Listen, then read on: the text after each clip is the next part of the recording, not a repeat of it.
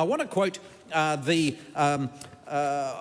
Che Kuvara of New Zealand's Parliament today, one Chlöe Swarbrick, who was talking yesterday on this topic, and she said, quote, "A criminal justice system that we all know only serves to produce more harm, more crime and more victims didn't just happen. It was designed by people in power in this Parliament, and in 2024 it has been upheld and perpetuated by people in this Parliament." What a deeply cynical, extreme and jaundiced view of the world expressed by that member, the leader of the Greens. A justice system that we all know serves to produce more harm, more crime.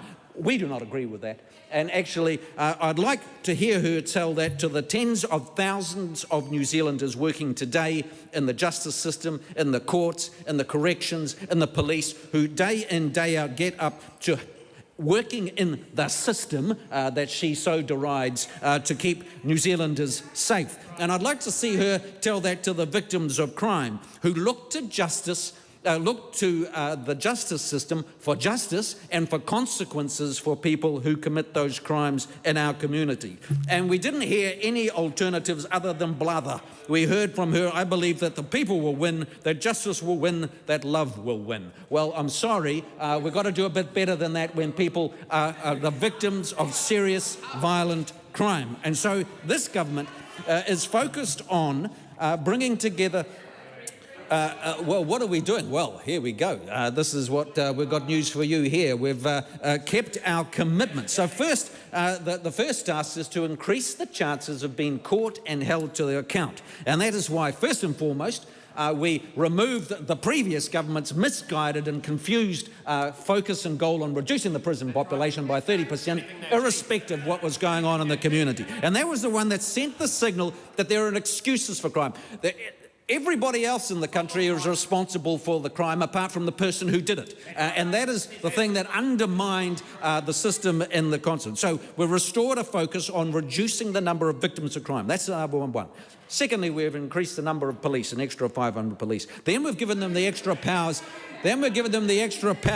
That they needed to reduce and to deal with gang harm, because a small number of New Zealanders who are part of gangs are the ones who are contributing most of the violent crime and mayhem that we see. Then we have introduced stronger sentencing requirements by bringing back 3 strikes, which the previous government got rid of, and also by toughening sentencing requirements so that we can reduce the number of discounts that are offered by judges to people who are convicted of serious crime. And everybody has seen examples of people convicted of serious violent crimes achieving a bit of time on PlayStation at home. And we have sent a very clear message, and will be sending a clear message through legislation, that we want real consequences for serious crime.